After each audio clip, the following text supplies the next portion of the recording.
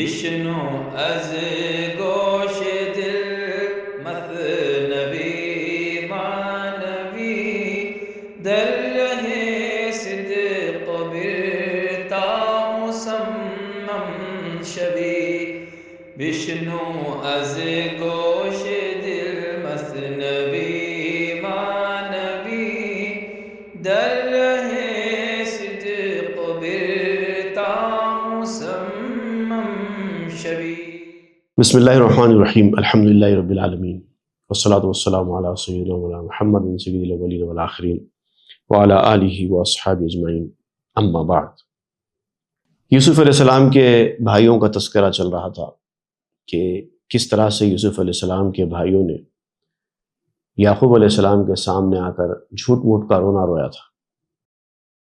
اس کی مثال دیتے ہوئے آپ سمجھاتے ہیں کہ جیسے کہ جھوٹ موٹ کا رونے کے اپنے فائدے کسی کو نہیں پہنچاتا، ویسے ہی جھوٹ موٹ کی عاجزی انکساری بھی انسان کو عاجزی انکساری کا فائدہ نہیں دے پاتی۔ بہت سارے لوگ ایسے ہوتے ہیں دنیا میں جو تکبر، انانیت، خود پسندی ان کے اندر ہوتی ہے، لیکن ظاہری طور پر وہ ایسے اپنے آپ کو عاجز مزاج اور انکساری والے ظاہر کرتے ہیں۔ تو کبھی کبھار اس عاجزی اور انکساری میں بھی ان کا مقصد یہی ہوتا ہے کہ ان کی عاجزی انکساری کو دیکھ کر لوگ ان کو نیک خیال کریں۔ تو لوگوں کو اپنے نیک ہونے کا احساس دلانے کے لیے یا اپنے نیک ہونے کا اعلان کرنے کے لیے لوگوں میں اپنے آپ کو عاجزی انکساری والا ظاہر کرنا عاجزی انکساری کے فائدے کبھی نہیں دلاتا۔ اصلی ہونا چاہیے جو ہونا ہے، چاہے وہ عاجزی انکساری ہو، آپ کی ریئل میں ہونا چاہیے عاجزی انکساری، صرف دکھاوے کی نہیں۔ ویسے ہی رونا دھونا بھی ہے، اگر سچی کا دل سے نکلنے والا رونا دھونا ہے تو آپ کے آنکھ سے نکلنے والے آنسو بھی قیمتی ہیں، لیکن اگر وہ جھوٹ موٹ کا رونا ہے، مگرمچھ کے آنسو والا، تو اس سے آپ کو کچھ حاصل ہونے والا نہیں ہے، بلکہ اس سے تو اچھا یہ ہے کہ آپ نہ روئیں۔ آنسو قیمتی ہوتے ہیں، اپنے آنسوؤں کو غیر ضروری طور پر بیکار دکھاوے کے لیے مت بہاؤ۔ اس کا ذکر کرتے ہوئے آپ یہاں پر ایک حکایت شروع کر رہے ہیں کہ ایک شخص کا کتا کافی بیمار ہو گیا، مرنے کے قریب آ گیا، تو وہ شخص رونے لگا، کیونکہ وہ کہتا تھا کہ میرا کتا جو میرا وفادار ہے بھوک سے مر رہا ہے، اس کو کھانے کے لیے کچھ نہیں ہے، اسی لیے وہ رونے لگا۔ تو یہ جو جھوٹ موٹ کے رونے کی جو کیفیت ہے وہ یہاں پر اس حکایت میں بیان ہو رہی ہے۔ آ سگے می مرد گریاں آ عرب، اشک می بارید و می گفتہ کرب۔ کتا موت کے قریب تھا اور وہ عرب آدمی جو کتے کا مالک تھا وہ روتا جاتا تھا، آنسو بہاتا جاتا تھا اور بآواز بلند پکار پکار کر کہتا تھا، ہائے رے مصیبت یہ کیا ہو گیا، ہائے رے مصیبت یہ کیا ہو گیا۔ اب ایک آدمی نالے کر رہا ہے بڑی بڑی آواز سے، ہائے رے مصیبت یہ کیا ہو گیا کہہ کر کہ پکار رہا ہے اور پھر رو رہا ہے، تو بڑی عجیب و غریب سچویشن ہوتی ہے۔ لوگ سمجھتے ہیں کہ بھئی اس کے ساتھ کیا ایسی مصیبت پیش آ گئی۔ ہینچ سازم مرمرا تدبیر چیست، زی سپس من چوں توانم بے تزیست۔ اور کہنے لگا، ہائے میں کیا کروں، اب میرے لیے کوئی چارہ نہیں رہا، میں بڑی مصیبت میں پھنس گیا ہوں، اب اس کے بعد میں زندہ کیسے رہوں۔ میرا بڑا عزیز کتا تھا جو اب موت کی حالت میں آ گیا ہے، موت کے قریب آ گیا ہے، اب یہ مر جائے تو میں کیا کروں گا۔ سائل بگذشت گفت این گریہ چیست، نوحہ زاریتو از بہر کیست۔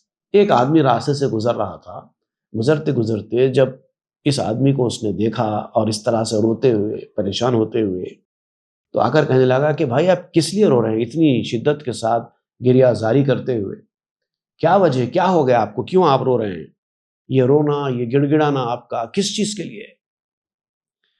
گفت در ملکم سگے بدھ نیک خو، نک ہمی میرت میان راہ او۔ تو وہ کہنے لگا کہ یہ کتا تھا جو میری ملکیت میں تھا، میں اس کو پالتا تھا، اس کو کھلاتا پلاتا تھا، اس کی خیالداری کرتا تھا، کیونکہ یہ بڑی اچھی عادت والا کتا تھا، بڑا وفادار تھا، لیکن اب یہ ہے کہ یہ مرنے کے قریب آ چکا ہے۔ روز سیادم بدو شب پاسباں، شیر نر بودو نہ سگے پہلواں، اے میرے بھائی، اے میرے نوجوان، میرا رونا واجبی اس لیے ہے کہ عام کتوں کی طرح کا کتا نہیں تھا یہ میرا شکاری تھا، جہاں ضرورت پڑے میرے لیے شکار کرنے کا کام کرتا تھا، رات کو میری حفاظت کرتا تھا۔ بظاہر تو وہ کتا تھا لیکن میرے لیے ایک شیر تھا، بڑا قیمتی تھا۔ تیز چشموں دزد رانو سید گیر، می دویدے در پہ سید اونچ تیر، تیز نگاہ والا تھا، فوری دور سے تاڑ لیتا تھا حقیقت کو، چوروں کو بھگانے والا تھا۔ یہ جب تک میرے پاس تھا کوئی چور میرے قریب نہیں آ سکتا تھا، شکار کو پکڑنے والا تھا، جو چیز میں اس کو کہتا کہ جا کے پکڑ کے لاؤ، فوری اطاعت گزاری میں جا کر پکڑ کے لاتا تھا، شکار کے پیچھے دوڑ جاتا تھا اپنی جان کی پرواہ کیے بغیر، ایسا وفادار کتا تھا۔ سید می گردے وہ پاسم داشتے، دزد را نزدیک من نگذاشتے، ایسا شکار کرتا تھا کہ جس کی کوئی مثال نہیں، اور میری حفاظت کرتا تھا، گویا کہ وہ میرا باڈی گارڈ تھا۔ کوئی چور کوئی دشمن میرے پاس نہ آ سکتا تھا جب تک وہ میرے ساتھ ہوتا تھا۔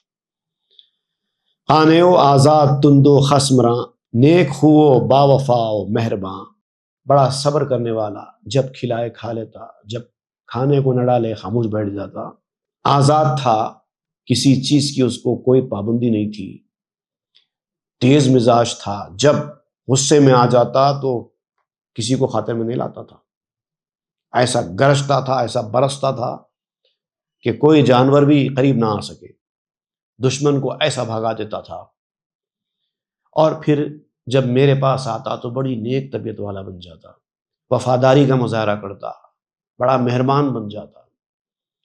اتنے کوالٹیز تھے اس کتے کے۔ گفت رنجش چیست زخم خورداست، گفت جول کلب زارش کرداست، تو اس نے کہا کہ جب آپ کا اتنا اچھا یہ کتا تھا جس کی آپ تعریفیں کر رہے ہیں، تو رونے کی وجہ کیا ہے؟ کہ اس کو کوئی بیماری لاحق ہو گئی ہے یا کوئی زخم لگ گیا ہے؟ ہوا کیا ہے اس کتے کو جو آپ اس کے لیے اتنا رو رہے ہیں؟ تو اس نے کہا کہ ہوا کچھ نہیں ہے، دراصل یہ بھوک کا شکار ہے، شدید بھوک نے اس کتے کو بے حال کر دیا ہے، اب وہ چلنے پھرنے کے بھی قابل نہیں ہے، کھانے کے لیے کچھ نہیں ہے، اس کی وجہ سے وہ مرنے کے قریب ہے۔ گفت صبر کن بری رنجو حرج، صابراں را فضل حق بخشد عوض، تو اس نے دلاسا دیتے ہوئے کہا کہ یہ ایک رنج، یہ جو مصیبت آپ کے اوپر آئی ہے، یہ جو بدحالی آپ کے اوپر طاری ہوئی ہے، کوئی نہ کوئی اس میں اللہ کی مصلحت ہوگی، صبر کیجئے، اللہ تعالیٰ صبر کرنے والوں کو صبر کا اچھا بدلہ عنایت کرتا ہے۔ ایک کتا اگر کچھ ہوا اس کو تو دوسرا ملے گا آپ کو، پریشان کیوں ہوتے ہیں؟ صبر کا مظاہرہ کیجیے۔ بعد ازاں گفتش کہ اے سالار حر، چیست اندر پشت این انبان پر، جب اس نے دلاسا دے دیا اس آدمی کو تو اچانک اس کی نظر اس آدمی کے پشت کے اوپر یعنی پیٹھ کے اوپر پڑی، ایک تھیلی کے اوپر پڑی، ایک تھیلا تھا، کچھ بھرا ہوا تھا اس کے اندر۔ تو اس نے پوچھا کہ آزاد سردار، اے بڑے آدمی، ذرا یہ تو بتائیے کہ یہ آپ کی کمر کے اوپر جو تھیلا ہے اس میں کیا بھرا ہے جو آپ گردن پر لے کر جا رہے ہیں، اٹھا کر سنبھالے ہوئے، اس کے اندر کیا ہے؟ گفت نانو زاد و لوتے دوش من، می کشم از بہر قوت ای بدن، تو اس نے کہا اس کے اندر روٹی ہے، گوشت ہے اور توشہ ہے، عمدہ کھانا ہے اس کے اندر، میں دراصل اپنے کھانے کے لیے اس کو اٹھا کر جمع کر کے رکھا ہوں، یہ گوشت روٹی وغیرہ جو تھیلے کے اندر ہے، جب بھوک لگے گی میں اس کو پکا کر کھاؤں۔ گفت چون ندہی بداں سگ نانو زاد، گفت تا این حد ندارم مہر و داد، تو اس نے کہا کہ آپ اتنا کیوں رو رہے ہیں؟ پھر آپ کے پاس روٹی ہے، گوشت ہے، اور آپ کا اتنا محبوب اور اتنا پیارا کتا مرنے کے قریب ہے بھوک سے، تو آپ اس میں سے اس کو کھلاتے کیوں نہیں ہیں؟ یہ روٹی اور یہ گوشت اس کے سامنے آپ ڈالتے کیوں نہیں ہیں؟ تو اس نے کہا کہ محبت اور بخشش اس حد تک نہیں ہے میرے اندر کہ اپنی غذا اس کو کھلا دوں، میں اس سے محبت کرتا ہوں، یہ کتا مجھے پسند ہے، یہ میری رکھوالی کرتا ہے، وہاں تک ٹھیک ہے، لیکن اپنے کھانے کی غذا میں اس کو کیوں کھلا دوں؟ اتنا میں دینے والا نہیں ہوں، اتنا سخی نہیں ہوں کہ اپنے کھانے کی غذا کتے کو کھلا دوں۔ دست نایت بے درم در راہ نہ لیک ہست آبے دو دیدہ رائے گاں۔ اصل میں معاملہ کیا ہے، کھانے کے لیے انسان کو جو گوشت اور روٹی ملتی ہے نا، وہ مفت میں نہیں ملتی۔ جب یہ روٹی کمانے کے لیے جب میں باہر جاتا ہوں نا، تو مجھے محنت کرنی پڑتی ہے، مزدوری کرنی پڑتی ہے، جب کچھ پیسے آتے ہیں جس سے روٹی ملتی ہے، گوشت ملتا ہے، فری میں ملنے والی چیز نہیں ہے یہ۔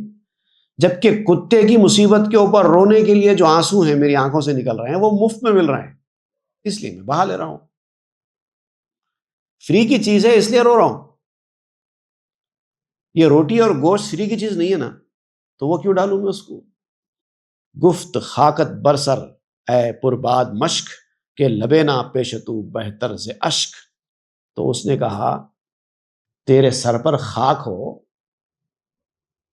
تو بےہودے آدمی، یہ ایسا معلوم ہوتا ہے ہوا سے بھری ہوئی مشک ہے تیرے اندر۔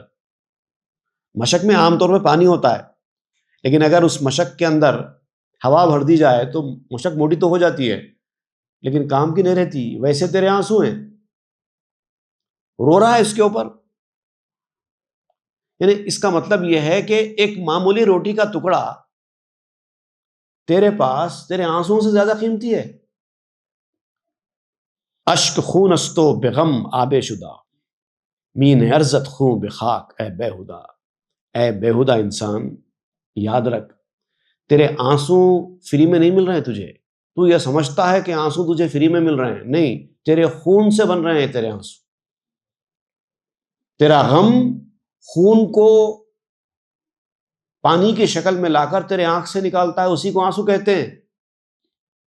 کیونکہ آپ دیکھیں گے کوئی آدمی اگر زیادہ رونے لگے تو کمزور ہو جاتا ہے۔ کیوں ہوتا ہے؟ اگر آنسو محض پانی ہے اور چند خطرے جسم کے اندر سے پانی کے نکل جائیں تو کیا فرق پڑتا ہے؟ ویسے تو انسان کے جسم سے پانی تو بہت نکلتا ہی رہتا ہے۔ اگر وہی پانی اگر ایک 4 خطروں کی شکل میں اگر آنکھ سے روزانہ نکلے تو کیا ہوگا؟ اگر معمولی پانی ہی ہوتا نا تو انسان بیمار نہیں پڑتا پھر۔ لیکن آپ دیکھیں گے اگر انسان ضرورت سے زیادہ روزانہ رونے لگے تو اس کے برے نتائج اس کی صحت پر پڑتے ہیں۔ تو اس کا مطلب یہ کہ آنسو محض پانی نہیں ہے، بلکہ آنسو جسم کے اندر سے آ رہے ہیں، آپ کا قیمتی اثاثہ ہے وہ۔ اسی لیے تو آنسوؤں کو موتیوں سے تعبیر کیا جاتا ہے۔ تو آپ سمجھتے ہیں کہ یہ روٹی کا ٹکڑا آپ کے آنسوؤں سے زیادہ قیمتی ہے؟ یاد رکھو خاک کی قیمت کا نہیں ہوتا خون، خون خون ہوتا ہے، مٹی مٹی ہوتی ہے۔ آپ ناقدر ہیں، آپ کو پہچان نہیں ہے۔ آپ سمجھ رہے ہیں کہ آنسو فری میں مل رہے ہیں اسی لیے میں رو سکتا ہوں۔ کل خدرا خار کرد او چوں بلیس پارے ای کل نباشت جز خسیس۔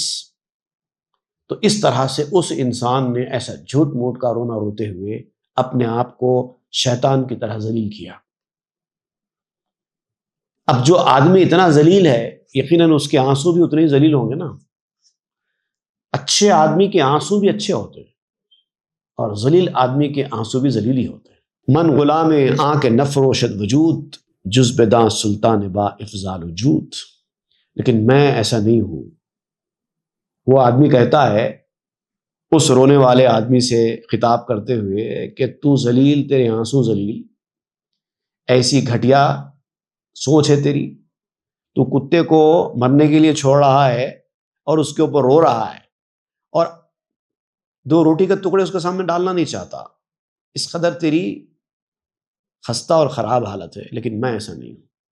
میں تو اس کا غلام ہوں، اس کے راستے پر چلنے والا ہوں جو اپنے ضمیر کو، اپنے وجود کو کسی کے سامنے فروخت نہیں کرتا۔ کسی کی مہربانیوں اور کسی کی سخاوت کے شاہ کے سوا، اللہ کے سوا وہ کسی اور کے در پہ نہ سر جھکاتا ہے اور نہ کسی اور کو یاد کر کے روتا ہے۔ میں ایسے کا غلام ہوں۔ میں روتا بھی ہوں تو اس کے لیے روتا ہوں، اسی لیے میرے آنسو قیمتی ہیں۔ اور میں ایسا جھوٹ موٹ کا رونا نہیں روتا، جب میرے دل کو ٹھیس پہنچتی ہے تبھی میری آنکھوں سے آنسو آتے ہیں۔ یہ مگرمچھ کے آنسو نہیں آتے، یہ ذلیل قسم کے، چھوٹے قسم کے لوگوں کے آنکھوں سے نکلتے ہیں۔ دکھاوے کے آنسو. چوں بے گرید آسماں گریاں شوت، چوں بے نالت چرخ یارب خاں شوت. اور میں جس کا غلام ہوں، جس کی سرپرستی میں ہوں، جس نے مجھے سکھایا ہے، اس کی حالت یہ ہے کہ وہ جب روتا ہے تو آسمان رونے لگتے ہیں، جب وہ فریاد کرتا ہے تو آسمان فریادی بن جاتا ہے. میں اس کے سرپرستی میں رہنے والا اس کا غلام ہوں، تو مجھے یہ آنسو مروب نہیں کر سکتے. من غلام عام سے ہمت پرست کے بغیر کیمیا نارد شکست. میں اس صاحب ہمت تانبے کا غلام ہوں جو کیمیا کے سوا کسی کے سامنے عاجزی نہیں دکھاتا. وہ بڑا عاجز مزاج ہے، ہر انسان کے ساتھ خوشگواری سے ملتا ہے، عاجزی انکساری کرتا ہے، اتنا عاجز مزاج ہے، لیکن ہر کسی کے سامنے عاجزی نہیں دکھاتا.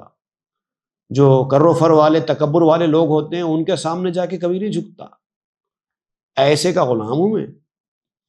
کیمیا ہوگا، کیمیا گر ہوگا تو اس کے سامنے جھکے گا، نہیں تو نہیں جھکتا. اب دیکھیے جو اللہ والے ہوتے ہیں ان کی ایک خصوصیت بیان کی جا رہی ہے، بڑی عاجزی انکساری ہوتی ہے ان کی مزاج میں، ہر کسی کے ساتھ اچھا ملتے ہیں، عام لوگوں کے ساتھ ان کا رویہ بالکل دوستانہ مشفقانہ ہوتا ہے. لیکن جو کر و فر والے، باحشمت والے، نام و نمود والے، پیسے والے، اسٹیٹس والے، ڈگنیٹی والے، جو اپنے آپ کو کچھ سمجھتے ہیں، ان لوگوں کے لوگ بالکل خاطر میں نہیں لاتے، ان کی طرف دیکھنا بھی نہیں چاہتے، ان کے پاس جانا بھی نہیں چاہتے، بلکہ وہ جہاں آ رہے ہیں پتہ چل جائے تو یہ وہاں جانا بھی نہیں چاہتے.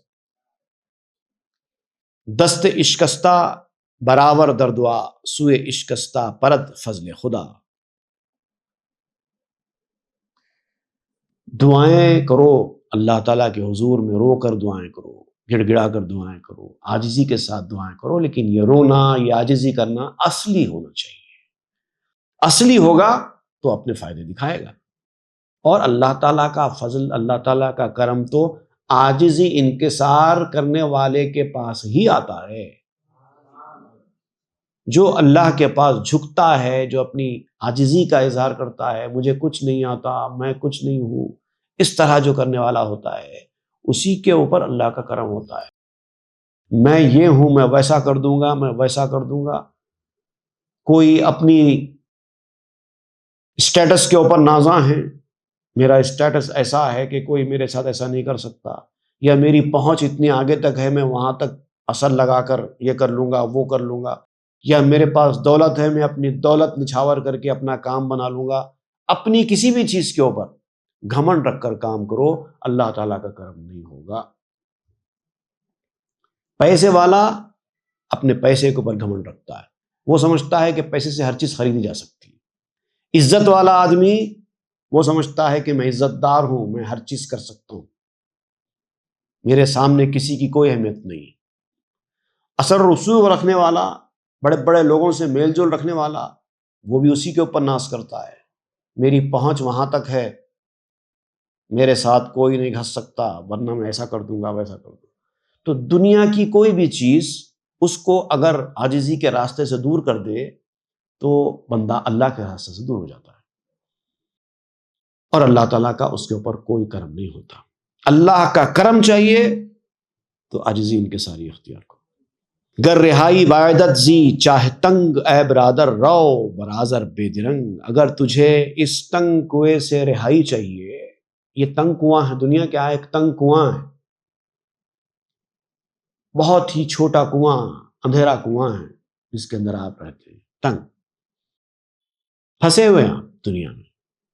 آپ سمجھتے ہیں دنیا بہت بڑی ہے، نہیں ہے بڑی دنیا، دنیا بہت چھوٹی ہے، اس لیے اس کو تنگ کنواں کہا ہے. آپ اگر تم کو اس تنگ کنویں سے رہائی چاہیے تو پھر اے میرے بھائی نکل پڑ اور آگ میں کود جا. اس سے پہلے ذکر کیا گیا تھا آگ کیا چیز ہے، آگ کے حوالے سے بات ہوئی تھی کہ آگ کیا چیز ہے، اور ہر انسان کا کام یہ ہے کہ آگ میں کود جائے. تو اب یہ دنیاوی ظاہری آگ کی طرف اشارہ نہیں کر رہے ہیں، بلکہ وہ والی آگ ہے جس میں ابراہیم علیہ السلام کودے تھے، وہ ڈالا گیا تھا. اور وہ آگ میں جب کوئی کودتا ہے تو آگ اس کے لیے باغ بن ہی جاتی ہے. مکر حق را بین و مکر خود بہل، ایز مکرش مکر مکہ را خجل. اللہ تعالیٰ کی تدبیر پر نظر رکھو، اپنی تدبیر کو چھوڑو۔ میں ایسا کر سکتا ہوں، میں ویسا کر سکتا ہوں، میں یہ کر دوں گا، میں وہ کر دوں گا۔ جتنے لوگ اپنی طاقت پر، اپنے اثر و رسوخ پر، اپنے پیسے پر بھروسہ کرتے ہیں، وہ ایسے ہی ذلیل ہوتے ہیں۔ مجھے کوئی کچھ نہیں کر سکتا، فلاں کے ساتھ میرے تعلقات ہیں، میں فوری اس کو کال کروں گا، اپنا مسئلہ حل کر لوں گا۔ آخر وقت پہ سارے ختم ہو جاتے ہیں، نہ پیسہ کام آتا، نہ آپ کے اثر و رسوخ کام آتے، نہ کچھ کام آتے۔ اسی لیے آپ کہتے ہیں کہ یہ اپنی تدبیریں کرنا چھوڑو، اللہ کی تدبیر پر نظر کرو۔ اور جب اللہ تعالیٰ اپنی تدبیر کرتا ہے نا، تو یہ بڑے بڑے تدبیر کرنے والے، فریب اور دھوکے کرنے والے شرمندہ ہو جاتے ہیں۔ اس کی تدبیر کے سامنے کسی کی تدبیر نہیں چلتی۔ چونکہ مکرت شد فنائے مکر رب، برکشائی یک کمینے بلعجب۔ جب تمہاری تدبیر، تمہاری کوششیں، تمہارے ایفرٹس اللہ تعالیٰ کی تدبیر میں فنا ہو جائیں، تو پھر ایک عجیب و غریب قسم کا راستہ تمہارے لیے کھل جاتا ہے۔ تم کو خود اندازہ نہیں ہوتا کہ یہ کہاں سے کھل گیا۔ اسی کو تو کہتے ہیں دست غیب۔ تم اپنے ہاتھ کے دروازے بند کر دو، اس کے بعد پھر جب اللہ تعالیٰ اپنے ہاتھ کھول دے گا نا، بل یداہ مبسوطتان والے ہاتھ جب کھل جاتے ہیں، تو پھر ایسے ایسے راستے نکلتے ہیں کہ انسان کی عقل حیران رہ جاتی ہے کہ یہ کیسے ہو گیا۔ کہ کمینے ای کمی باشد بقا، تابد اندر عروج و ارتقا۔ ایک لفظ ہے کمین اور ایک لفظ ہے کمینہ، دونوں کو استعمال کیا ہے آپ نے۔ کمین کہتے ہیں گھات کو۔ ایک دشمن جھاڑ کے اوپر یا کسی پہاڑ کے پیچھے یا کسی دیوار کے پیچھے کسی کو پکڑنے کے لیے جو چھپ کر بیٹھتا ہے، اس کو کہتے ہیں گھات۔ جیسے کہ بلی چوہے کو پکڑنے کے لیے پیچھے چھپ کر بیٹھتی ہے اور موقع ملے پر فوری اس کے اوپر ہلا بولتی ہے، اس کو کہتے ہیں گھات، اس کو کہتے ہیں کمین، کمین میں بیٹھنا۔ اور ایک ہوتا ہے کمینہ، کمینہ کہتے ہیں چھوٹے کو، جس کی سوچ چھوٹی، جس کی ہر چیز چھوٹی، چیپ، چیپ کو کہتے ہیں کمینہ۔ تو آپ نے یہ دو الفاظ استعمال کیے کہ کمینے ای کمی باشد بقا، اس گھات کا چھوٹا معمولی درجہ، جو اللہ تعالیٰ کی جو گھات ہے نا، اگر آپ اس گھات میں چلے گئے، اس کے مکر میں آ گئے، اس کی تدبیروں کے تحت آ گئے، تو اس کا چھوٹا درجہ، سب سے معمولی ریوارڈ اس کا بقا ہے، آپ کو ہمیشہ کے لیے زندہ کر دیتا ہے، اور یہ سب سے چھوٹا ہے۔ اب ذرا سوچو آپ، انسان کو بقا کی دولت مل رہی ہے جس چیز سے، وہ چیز مولانا روم کی نظر میں بہت چھوٹا ریوارڈ ہے، تو بڑا ریوارڈ کیا ہوگا؟ تابد اندر عروج و ارتقا، عروج اور ارتقا، ترقی، بلندی، ان چیزوں میں ہمیشہ کے لیے آپ کو یہ چیز حاصل ہوتی رہے۔ از برائے ای کمی سائیے بکن، تابری بوئے ز علم ملدن۔ تو وہ جو گھات ہے اللہ تعالیٰ کی، اپنی گھات بند کر کے اللہ کی گھات کے لیے کوشش میں لگ جاؤ،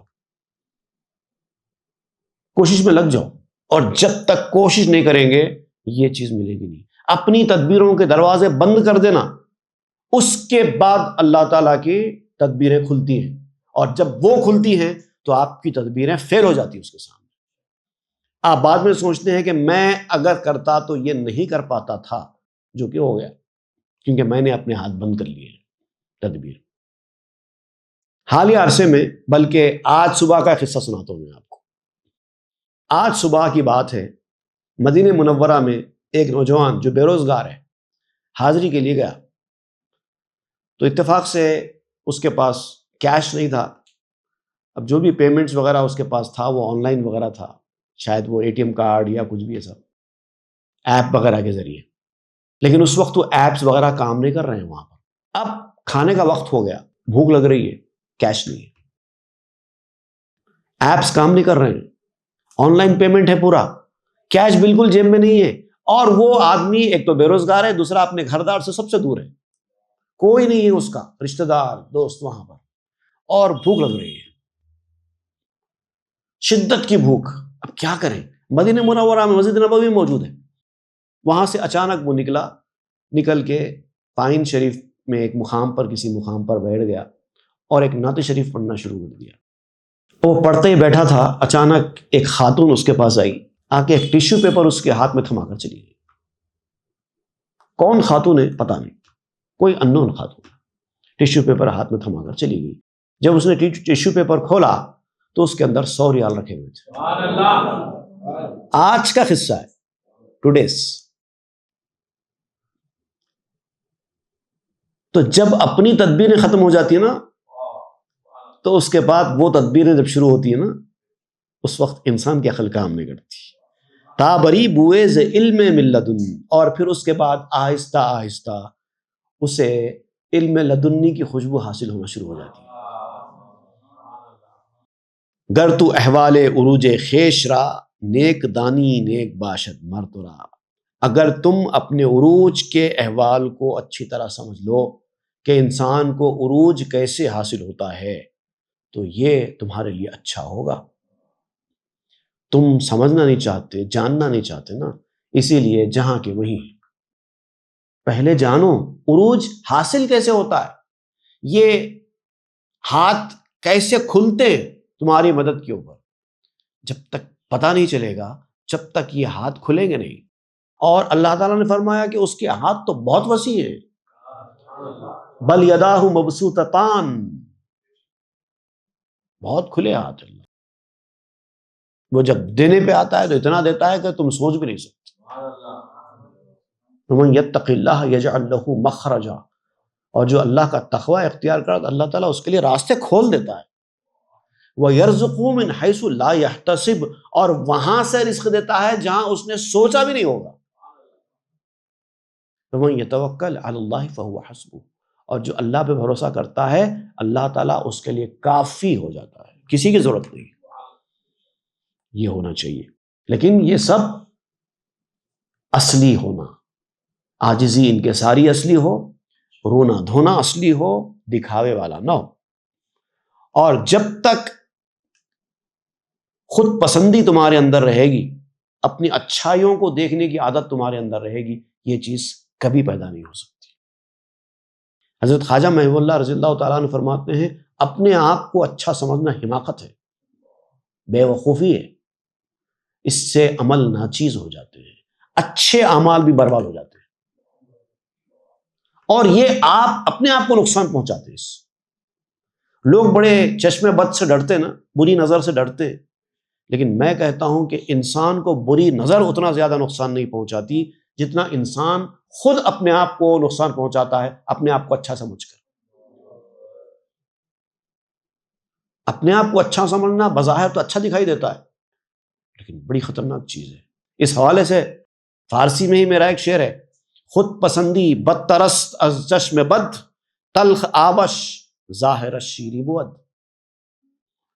خود پسندی، اپنے آپ کو اچھا سمجھنا، بد نظری، نظر لگنے، بری نظر لوگوں کی لگنے سے زیادہ خطرناک ہے. یہ بڑا سخت اور بڑا تلخ اور کڑوا پانی ہے. ظاہراً اس کا بڑا میٹھا ہے، اس کا ظاہر تو بڑا میٹھا ہے، لیکن باطن اس کی اصلیت بڑی خطرناک ہے. تو اپنے آپ کو اچھا سمجھنے کی حماقت نہیں کرنا چاہیے. اور اب اپنے آپ کو اچھا نہ سمجھنے کے لیے، اس لعنت سے اپنے آپ کو بچانے کے لیے مولانا روم مور کی مثال دیتے ہوئے سمجھاتے ہیں کہ مور بڑا خوبصورت ضرور ہوتا ہے، لیکن مور کو چاہیے کہ اپنے پروں کو دیکھ کر خوش نہ ہو بلکہ اپنے پاؤں کو دیکھے، کیونکہ اس کے پاؤں بڑے کالے ہوتے ہیں، بدصورت ہوتے ہیں. اور انسان کو بھی وہی کرنا ہے، اپنے اچھائیوں سے نظر ہٹا کر اپنی برائیوں پر نظر ڈالنا. اس حوالے سے بڑی کام کی باتیں بیان کریں گے انشاءاللہ، وہ ہم آئندہ درس میں پڑھیں گے. صلی اللہ تعالیٰ علیہ خیر محمد وآلہ وسلم والحمد للہ. تاب کے در لگے تیرگی میں روی، بہر توبہ درائے شباب غوی، بشنو از گوش دل